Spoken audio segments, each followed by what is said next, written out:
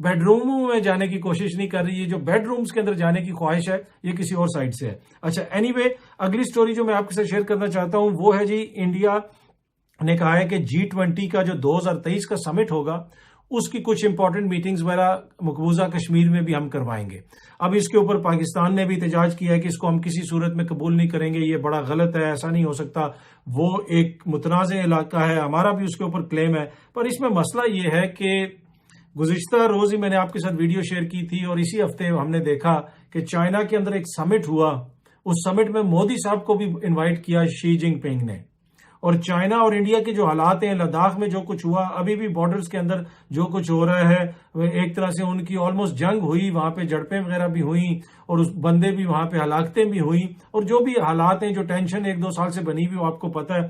ویسے بھی بہت سارے ایریاز کے اوپر ایک دوسرے کا ان کا کلیم ہے کہ وہ کوئی انڈیا کہتا ہے یہ ہمارا ایریا ہے, وہ چین کہتا ہے یہ ہمارا ایریا ہے.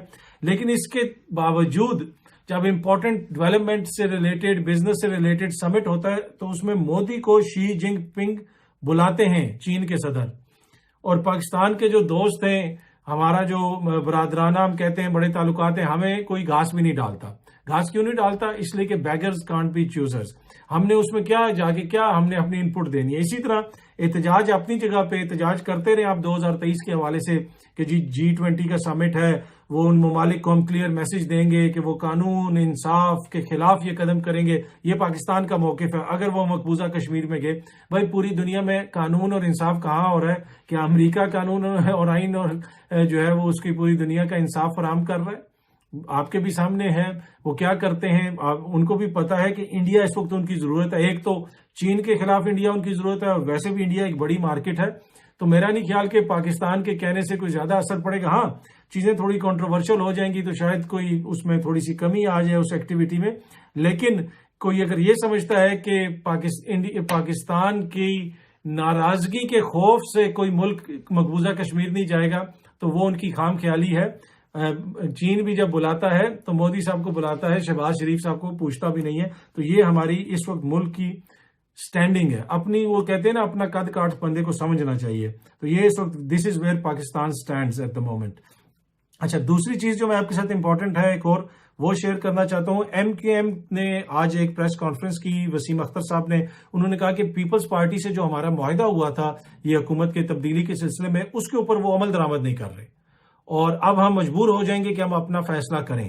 ایک تو آپ کو پتا ہے کہ یہ وہ فائنانس بل پاس ہونا ہے, اور جب بھی کوئی اس طرح کی چیز ہو, MQM کی یہ روایتی فلم ہے, کوئی بھی موقع ہو تو وہ فوراً ان کو اس طرح کی چیزیں یاد آ جاتی ہیں, وہ اپنا چیزیں لے کے سامنے آ جاتے ہیں. دوسری چیز یہ ہے کہ اب بہت سارے لوگ سوال کر رہے تھے کیا اس سے شہباز شریف صاحب کی حکومت گر جائے گی اگر MQM ہٹ جائے. بھائی MQM نے جو اس پریس کانفرنس میں جو بات کی, بہت ساری باتیں کی, ایک بات جو کی نا اس سے ایک دم سے, جسے میں کہتے ہیں نا کہ مجھے کھٹکا لگا اور میں نے ایک دم سے غور سے سنا, وہ اس میں انہوں نے ایک بات کی, پھر ہم اپنا فیصلہ کریں گے. اب یہ بڑی امپورٹنٹ بات ہے بھائی. اگر آپ اپنے فیصلے کرتے ہوتے یا کراچی کی عوام کو اپنے فیصلے کرنے کی اجازت ہوتی تو اس وقت کراچی کی یہ حالت ہوتی.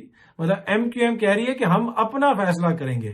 نہیں جناب, آپ نے اپنے سائیں مقرر کر دیے جو آپ کے فیصلے کرتے ہیں, اور یہی تاثر ہے. اور اسی وجہ سے زرداری صاحب بھی آپ کو گھاس نہیں ڈال رہے, آپ کی کوئی بات نہیں مان رہے. ان کو پتا ہے کہ جو ان کے دوست یار ہیں جن کے ذریعے یہ ساری حکومت بنی ہے وہ ان کو بتائیں گے اور یہ مسئلہ حل ہو جائے گا. تو آپ کے حوالے سے تاثر یہی ہے کہ آپ لوگ اپنے فیصلے خود نہیں کرتے, اور اسی وجہ سے پھر آپ کو کوئی سیریسلی نہیں لیتا.